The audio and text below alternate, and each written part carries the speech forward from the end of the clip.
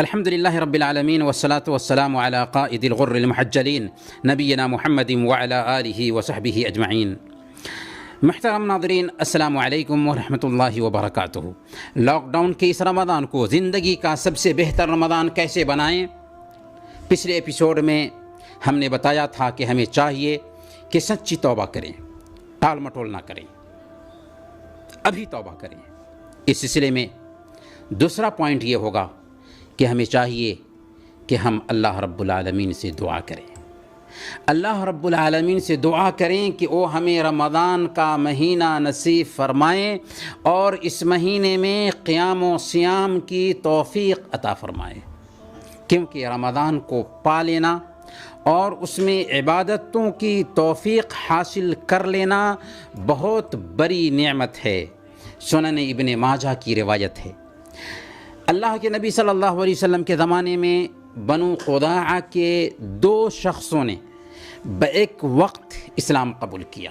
ان میں سے ایک نے شہادت پالی جبکہ دوسرے نے 1 سال بعد وفات پائی.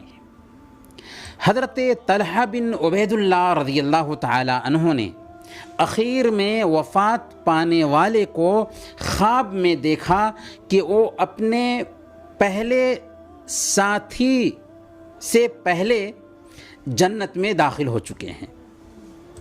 یہ منظر دیکھ کر ان کو بہت تعجب ہوا، لوگوں کو بھی حیرت ہوئی. جب اللہ کے نبی صلی اللہ علیہ وسلم سے اس کا ذکر کیا گیا تو اللہ کے نبی صلی اللہ علیہ وسلم نے فرمایا، من ای ذالک تعجبون، تمہیں کس بات پر تعجب ہو رہا ہے؟ الیس قد مکث هذا بعده سنة وأدرك رمضان فصام وصلى كذا سجدة من السنة فلما بينهما أبعد مما بين السماء والأرض.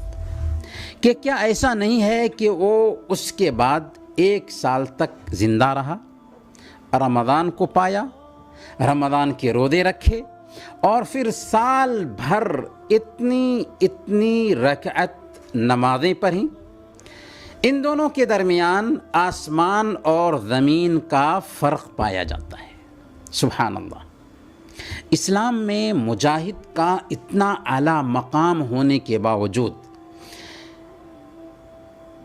صحابی اپنے مجاہد ساتھی پر صرف اس وجہ سے فوقیت لے جا رہے ہیں کہ انہیں مزید 1 سال مل گیا، جس میں انہوں نے رمضان کو پایا، اس کے روزے رکھے، شب قدر کو پایا، اس کا قیام کیا اور سالوں بھر نمازیں پڑھی. اس لیے یہ ایام اگر ہمیں حاصل ہو جاتے ہیں تو یہ ہمارے لیے سنہری فرصت ہے. کتنے لوگ اس سال رمضان سے پہلے ہی وفات پا چکے ہیں. اللہ تعالیٰ نے ان کو رمضان نہیں عطا فرمایا. اللہ تعالیٰ نے اگر ہمیں حیات بخشی ہے، زندگی بخشی ہے، تو ان ایام کے برکات سے اپنے آپ کو محروم نہ کریں. کیا خبر کہ آنے والا یہ رمضان ہماری زندگی کا آخری رمضان ہو. اس لیے اللہ تعالیٰ سے دعا کریں کہ وہ ہمیں رمضان کا مہینہ نصیب فرمائے اور اس میں قیام و صیام کی توفیق عطا فرمائے. محترم ناظرین، لاک ڈاؤن کی اس رمضان کو زندگی کا سب سے بہتر رمضان بنانا چاہتے ہیں تو تیسرا کام کرنے کا یہ ہے کہ رمضان سے مشغول کر دینے والے جو بھی کام ہو سکتے ہوں، رمضان کے آنے سے پہلے ان سارے کاموں کو نمٹا لیں. رمضان میں مارکیٹنگ کرنے سے ہمارا دل تنگی کا شکار ہونے لگتا ہے اور ہم اپنے آپ کو بہت سارے خیر سے محروم کر لیتے ہیں. ایسے میں ہم لاک ڈاؤن کے دنوں سے فائدہ اٹھاتے ہوئے، چونکہ ہم گھر میں رہیں گے، اس لیے رمضان اور عید کی ضرورت کی چیزیں ابھی ہی خرید لیں تاکہ ہم پورے طور پر رمضان سے بہتر طریقے سے فائدہ اٹھا سکیں۔ محترم ناظرین، لاک ڈاؤن کی اس رمضان کو زندگی کا سب سے بہتر رمضان اگر ہم بنانا چاہتے ہیں تو چوتھا کام یہ کرنا ہے کہ ہم اپنے ایمان میں تازگی لائیں، ایمانی مطالعہ کریں، یعنی ایمان کو جلا بخشنے والی کتابیں پڑھیں، آڈیوز سنیں، ویڈیوز دیکھیں۔ ہمارا نفس اس مہینے سے استفادہ کرنے کے لیے تیار ہو جائے، اس کے لیے ایمان کو جلا بخشنے والی کتابیں پڑھیں۔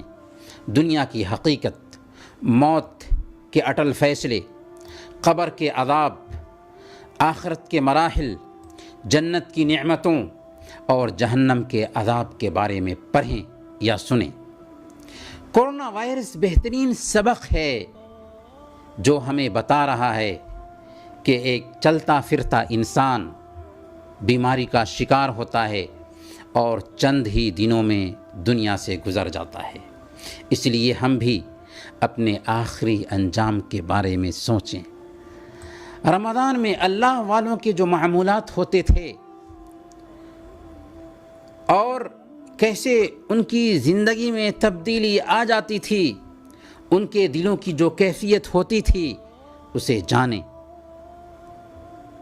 اگر ہم اسے جانیں گے تو ہمارے دلوں میں بھی نرمی پیدا ہوگی، رقت پیدا ہوگی اور ہم اچھے طریقے سے آنے والے اس رمضان سے فائدہ اٹھا سکیں گے۔ لاک ڈاؤن کے اس رمضان کو زندگی کا بہتر سے بہتر رمضان بنانا چاہتے ہیں تو پانچواں کام یہ کرنا ہے کہ رمضان اور روزے کے فضائل و مسائل کی جانکاری حاصل کریں۔ رمضان اور روزے کے فضائل کی جانکاری حاصل کریں، کیونکہ اگر ہمیں رمضان کی اہمیت معلوم نہ ہوگی، روزے کی اہمیت معلوم نہ ہوگی تو اس رمضان سے ہم فائدہ کیسے اٹھا پائیں گے؟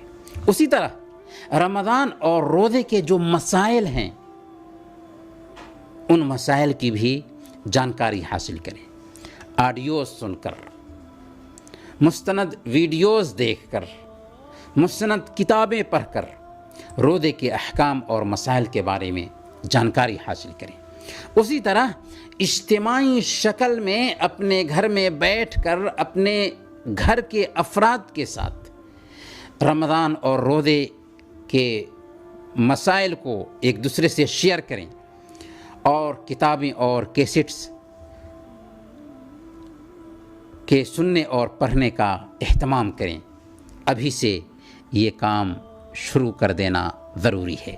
محترم ناظرین، لاک ڈاؤن کے اس رمضان کو زندگی کا سب سے بہتر رمضان بنانے کے لیے اب تک ہم نے یہ عرض کیا کہ ہم پہلے نمبر پر سچی توبہ کریں، دوسرے نمبر پر ہمیں چاہیے کہ اللہ رب العالمین سے دعا کریں کہ وہ ہمیں رمضان کا مہینہ نصیب فرمائے اور اس میں قیام و صیام کی توفیق عطا فرمائے۔ تیسرے نمبر پر رمضان سے مشغول کرنے والے جو کام ہو سکتے ہوں، رمضان کے آنے سے پہلے ان کو نمٹا لیں اور ان سے نجات حاصل کر لیں۔ اور چوتھے نمبر پر ایمان میں تازگی لائیں، ایمانی مطالعہ کریں، اور پانچویں نمبر پر رمضان اور روزے کی فضائل کی اور مسائل کی جانکاری حاصل کریں۔ اور بھی اہم پوائنٹس ہیں جن پر ہم اگلے ایپیسوڈ میں ڈسکس کریں گے۔ تب تک کے لیے اجازت دیجیے۔ وصلی اللہ علی نبینا محمد وعلی آلہ وصحبہ اجمعین۔